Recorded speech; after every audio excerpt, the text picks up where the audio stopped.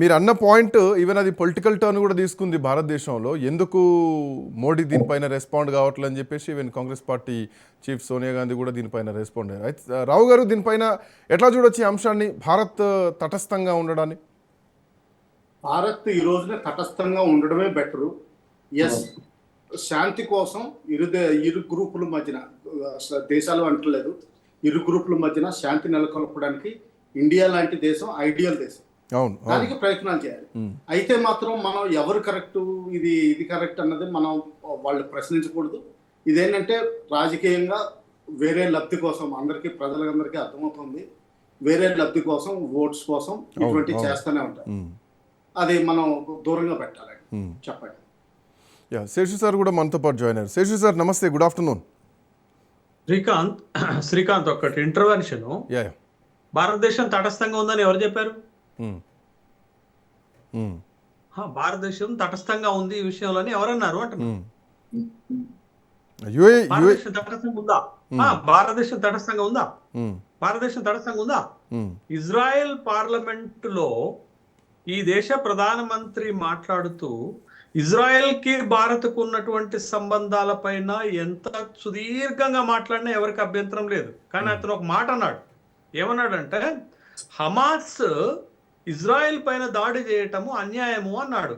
మరి అదే ప్రధానమంత్రి ఇజ్రాయెల్ గాజాలో ఉన్నటువంటి చిన్నపిల్లలను చంపేసింది, గాజాలో ఉన్నటువంటి మహిళలను చంపింది అని ఒక మాట అనలేదు కదా. రెండోది, ఇప్పుడు యుద్ధం ప్రారంభమైన తర్వాత ఇదే భారత ప్రధానమంత్రి ఓ మాట అన్నారు.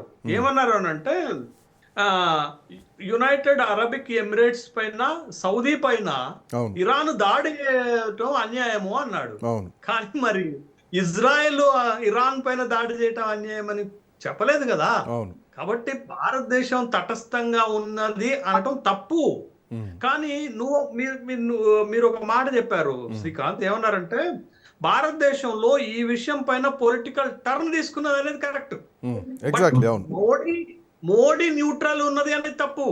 బట్ టర్న్ తీసుకుంది, పొలిటికల్ టర్న్ ఏం తీసుకుంది అని అంటే, మొట్టమొదట మాజీ యూపీఏ చైర్పర్సన్ అయినటువంటి, లేకపోతే రాజ్యసభ సభ్యురాలు సోనియా గాంధీ గారు భారతదేశం వైఖరి ఏంటో చెప్పండి అని ఒక డిమాండ్ చేశారు. ఎందుకు అనంటే, గతంలో ఇరాన్ కి భారత్ కు ఉన్నటువంటి సంబంధాల దృష్ట్యా మీ వైఖరి ఏంటో చెప్పండి అని అన్నారు.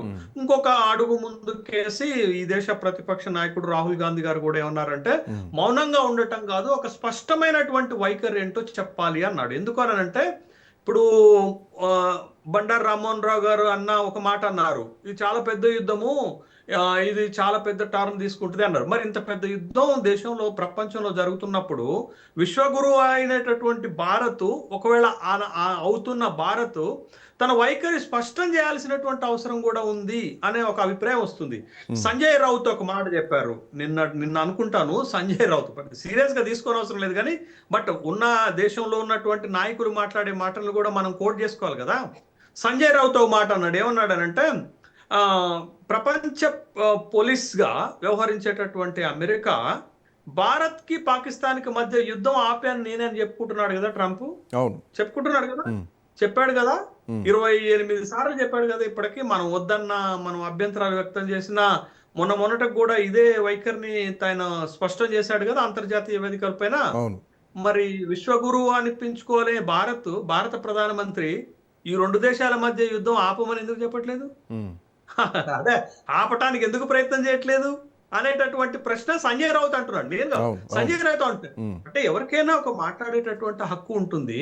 బట్ భారత్ లాంటి ఒక కీలకమైనటువంటి దేశం, అంటే ప్రపంచంలో చాలా గుర్తింపు ఉన్నటువంటి భారతదేశం, అది మార్కెట్ సైజులో కావచ్చు, పాపులేషన్ సైజులో కావచ్చు, లేకపోతే స్ట్రాటజిక్ డిఫెన్స్ సైజులో కావచ్చు, లేకపోతే ఆర్థిక పరమైనటువంటి నా 4th ఎకానమీ కావచ్చు, ఏదైనా కానీ. బట్ భారతదేశానికి కూడా ఒక బాధ్యత ఉంది. ఏంటి అంటే, ప్రపంచ శాంతి కోసం తన వంతు ప్రయత్నాలు చేయాల్సినటువంటి బాధ్యత ఉంది. రష్యా ఉక్రెయిన్ విషయంలో మౌనంగానే ఉంటాము. ఇవాళ ఇజ్రాయెల్ ఇరాన్ పైన కవింపు చర్యలు చేసి దాడి చేసిన కారణాలు ఏమైనా కావచ్చు, బట్ ఇది ప్రపంచం మొత్తానికి చూడుతున్నారు కదా వాళ్ళు. బట్ యుద్ధం మొదలు పెట్టి, అందుకే ఇందాక ఒక 2 hours క్రితం ఇరాన్ లో ఒక కీలక పరిణామం జరిగింది. ఏం జరిగింది అంటే, చనిపోయినటువంటి ఆయుతుల్లో ఖొమైనీ స్థానంలో ఇప్పుడు కొత్తగా ఇరాన్ సుప్రీం లీడర్ ని ఎన్నుకున్నారు. తన రెండో కుమారుడు ముజ్తాబాని ఎన్నుకున్నారు. ముజ్తాబాని ఎన్నుకున్నటువంటి సందర్భంలో ఒక కీలకమైనటువంటి వ్యక్తి, ప్రభుత్వంలో భాగస్వామ్య వ్యక్తి ఒక మాట చెప్పారు. మొన్న ఒక మాట చెప్పారు, ఇవాళ ఒక మాట మార్చారు. ఏం మాట మార్చారంటే, యుద్ధం మీరు మొదలు పెట్టారు, మేము దాన్ని ఎండ్ చేస్తామని ఇంతకు ముందు ఇరాన్ చెప్తే, ఇప్పుడు ఇరాన్ ఈ రోజు స్టేట్మెంట్ ఏంటో తెలుసా? యుద్ధం మీరే మొదలు పెట్టారు, ఆపటం కూడా మీరే చేయండి అని. యుద్ధం మీరే మొదలు పెట్టారు, మీరు ఆపటం కూడా మీరే చేయండి అని ఇరాన్ నుంచి వస్తున్నటువంటి మాట. ఇది కొంచెం సాఫ్ట్ కార్నర్ లో వచ్చినటువంటి మాటగా మనం చూడాలి. But what is the stand of India? International లో ఇంత క్రెడిబిలిటీ ఉన్నటువంటి కంట్రీ మౌనంగా ఉంటామంటే అది కుదరదండి. బట్ మనకి ఏమన్నా ఉండొచ్చు ఉద్దేశాలు, మన స్ట్రాటజీస్ ఉండొచ్చు, మన సొంత ప్రయోజనాలు కాపాడుకోవటం అంటే ట్రేడ్ డీల్ జరిగేటప్పుడు కాపాడుకోవాలా.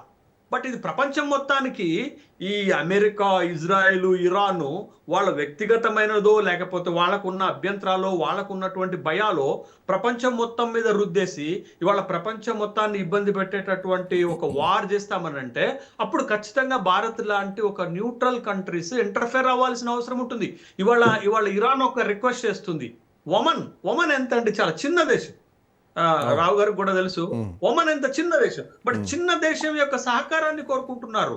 ఇంతకు ముందు తుర్కీ మీరు చూడండి, మనకి ఏది రష్యా ఉక్రెయిన్ మధ్య వార్ ని ఇంటర్మీడియరీ చేయడానికి తుర్కీని తీసుకున్నారు. చిన్న కంట్రీస్ కదండి అవి, వాళ్ళ దగ్గరే ఈ ఇంటర్మీడియరీ మీటింగ్స్ కూడా పెట్టుకున్నటువంటి సందర్భం. But what about the stand of India? ఖచ్చితంగా భారతదేశం కూడా ఈ అంశం పైన చొరవ తీసుకోవాల్సిన అవసరం ఉంటుంది, తన స్టాండ్ చెప్పాల్సినటువంటి అవసరం ఉంటుంది. ఈవెన్ అమెరికన్ ప్రెసిడెంట్ ఎన్నిసార్లు భారత్ని ఇన్సల్ట్ చేశారు, ఎన్నిసార్లు భారత్ ఇన్సల్ట్ చేసేటటువంటి మాటలు మాట్లాడారు. ఖచ్చితంగా సందర్భం వచ్చినప్పుడు భారత్ కూడా అమెరికన్ ప్రెసిడెంట్ కి మనం వైఖరి స్పష్టం చేయాలి. ఇవాళ మనం స్పష్టం చేయటం లేదు అని అంటే వాళ్ళది అహంకారం అయితే మనది అవకాశవాదం అవుతుంది.